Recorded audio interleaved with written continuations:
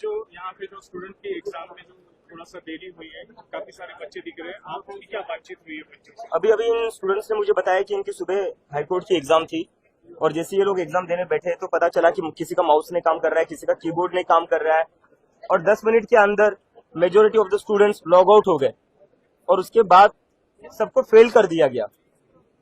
तो ये तो इन बच्चों का फेलियर नहीं, ये सिस्टम और सरकार का फेलियर है जो ऑनलाइन एग्जाम नहीं ले पा रही है। उसके बावजूद भी इतने सारे जो यहाँ पर सैकड़ों बच्चों उनको एक साथ फेल कर दिया इन लोगों ने। और जब इन लोगों ने कंप्लेन करी जो अथॉरिटीज है अंदर, तो उन अथॉरिटीज ने कहा कि इन बच्चों में अक्ल नहीं, एग्जाम कैसे दी जाती है। तो अथॉरिटीज में इतनी ज्यादा अक्ल है इन बच्चों से, तो अपनी अकल का थोड़ा इस्तेमाल करते, पहले से अच्छे कंप्यूटर्स लगा देते, पहले से ही फंक्शनिंग कीबोर्ड लगा देते, पहले से ही जो सर्वर है वो ठीक कर देते अगर इनमें इतनी ज्यादा अक्ल है तो। और अभी स्टूडेंट्स के साथ बहुत दूर दूर से स्टूडेंट्स आए, पूरे महाराष्ट्र भर से स्टूडेंट्स ये एग्जाम देने आए थे।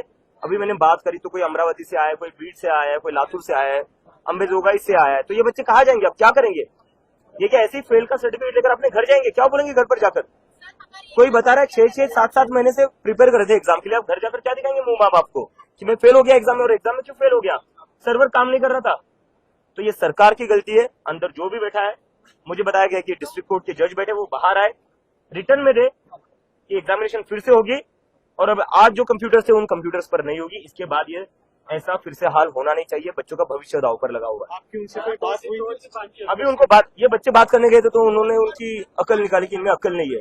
तो अभी मैं चाहता हूँ डिस्ट्रिक्ट जज को अगर बात करनी है तो वो यहाँ नीचे आ जाए, नीचे आकर सबके सामने बात करें। कहीं ना कहीं आपने स्कूल का जो मुद्दा निकाला था इंफ्रास्ट्रक्चर का, उसी तरीके से अभी कॉलेज के जो स्टूडेंट्स है उनके एग्जाम में भी एक तरीके से इंफ्रास्ट्रक्चर का ही मुद्दा सामने आ रहा है। जैसा स्टूडेंट कह रहे हैं कि कहीं पे कीबोर्ड काम नहीं कर रहा है, कर्सर बराबर नहीं दिख रहा है, आप क्या कहना चाहेंगे इस एग्जाम में? नहीं, मुझे इस पर ये लगता है कि अगर आपके पास इंफ्रास्ट्रक्चर नहीं है, अगर आप ऑनलाइन एग्जाम करवा नहीं सकते तो आप क्यों ऑनलाइन एग्जाम करवा रहे हो? किस चीज के लिए करवा रहे हो?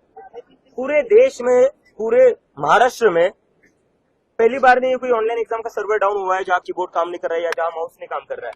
हर एग्जाम में ये होता रहा है। ये सरकार मुझे बता दी कोई एक एग्जाम जहां पर ऑनलाइन एग्जाम ठीक से हुई हो। तो जब आप ले नहीं सकते ऐसे एग्जाम्स ऑनलाइन, जब पता है सबको कि आपके बस की है ही नहीं, तो उसके बाद भी आप बार बार ऑनलाइन एग्जाम लेकर बच्चों का भविष्य क्यों खराब कर रहे हो? तुमचं म्हणणं आहे की ते खाली येऊन बोलले पाहिजे डिस्ट्रिक्ट जज, पण त्यांचा काही वेळा विद्यार्थ्यांनी ते सांगितलं की त्यांना माध्यमांसमोर बोलायला म्हणजे त्यांची परवानगी नसते, त्यामुळे ते बोलत नाही. माध्यमांसमोर याची गरज नाही, विद्यार्थ्यांसमोर तरी येतील ना. विद्यार्थ्यांसमोर तरी येतील ना. आज जशी अक्कल काढलेली आहे तशी बाहेरून बोलावं होतं विद्यार्थ्यांसोबत, आणि विद्यार्थी शांतपणे बसलेले. कुछ विद्यार्थियों को ऊपर बुलाया गया था जिसमें दो से ज्यादा विद्यार्थी ऊपर गए थे। मुझे बोला गया कि चर्चा हुई नहीं, फिर से उनको वापस भेज दिया। चर्चा नहीं की उनके साथ, अभी अभी मुझे बताया. नाही तर महाराष्ट्रभर मला आता तेच कळतंय मुलांकडून की प्रत्येक सेंटरवर असं झालेलं आहे. याचं मूळ कारण हे की कोणत्या सेंटरमध्ये ते इन्फ्रास्ट्रक्चर नाही. तर याच्याने पूर्ण आता फक्त संभाजीनगर पूर्ण राज्यभराच्या मुलांचं जे भविष्य आहे ते कुठं ना कुठं पणाला लागलेलं आहे. तर त्या मुलांनी त्यांच्या भविष्याला लढण्याचा त्यांना पूर्ण अधिकार आहे आणि त्यांनी लढलंच पाहिजे. ठीक है.